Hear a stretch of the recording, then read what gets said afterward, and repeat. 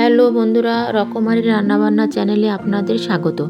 আজ আপনাদের সঙ্গে শেয়ার করব দুরকম ফিশ ফ্রাই। ঘরে থাকা সামান্য উপকরণ দিয়ে তৈরি করব। হয়ে যায় তাড়াতাড়ি, খেতেও হয় সুস্বাদু। পমফ্রেট ফিশ ফ্রাইয়ের জন্য নিলাম পমফ্রেট মাছ। ম্যারিনেশনের জন্য মাছের মধ্যে দিলাম নুন, হলুদ, লঙ্কার গুঁড়ো, কাঁচা লঙ্কা, রসুন ও আদা বাটা, গোলমরিচ গুঁড়ো। সবগুলো উপকরণ মাছের সঙ্গে মেখে আধা ঘন্টার জন্য রেখে দেবো।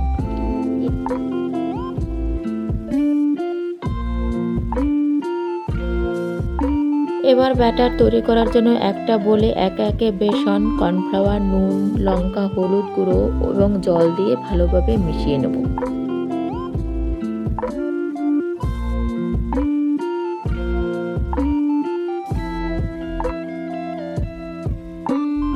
এবার ওই ব্যাটারের মধ্যে একটা ডিম দিয়ে আবারও ভালোভাবে মিশিয়ে নেব। এবার আগে থেকে ম্যারিনেট করা মাছগুলোর মধ্যে সামান্য কর্নফ্লাওয়ার ছড়িয়ে দেব। এবার বেসনের গোলায় মাছগুলো ডুবিয়ে লো টু মিডিয়াম হিটে লালচে করে ভেজে নেব। মাছগুলো ফ্রাই করার জন্য আমি একে একে মাছগুলো ফ্রাইং প্যানে দিয়ে দিচ্ছি।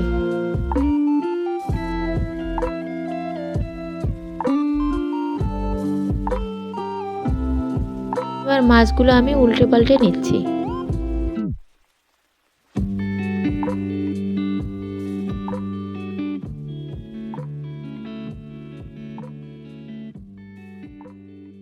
মাছগুলো লালচেভাবে ভাজা হয়ে গেছে। এবার আমি একে একে মাছগুলো তুলে নিচ্ছি।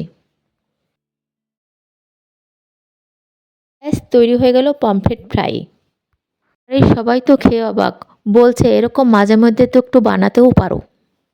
কথা না বাড়িয়ে শুরু করে দিই পরের রান্না। একটা বলে কাতলা মাছ নিলাম। মাছগুলোর মধ্যে নুন, গোলমরিচ গুঁড়ো, টক দই, সর্ষের তেল দিয়ে মেখে 1 ঘন্টার জন্য ঢেকে রেখে দেবো।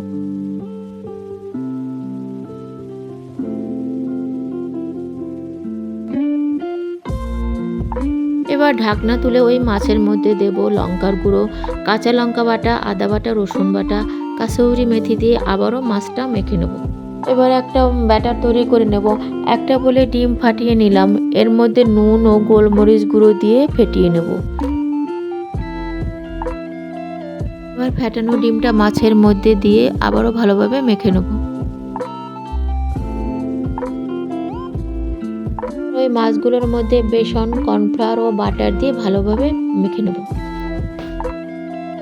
কড়াইয়ে তেল গরম করে নিয়েছি। এবার মাছগুলো একে একে আমি ছেড়ে দেব। এক পিঠ ভাজা হয়ে গেছে, এবার আমি অন্য পিঠ উল্টে দেব। মাছগুলো ভালোভাবে ফ্রাই হয়ে গেছে, এবার আমি মাছগুলোকে নামিয়ে নিচ্ছি।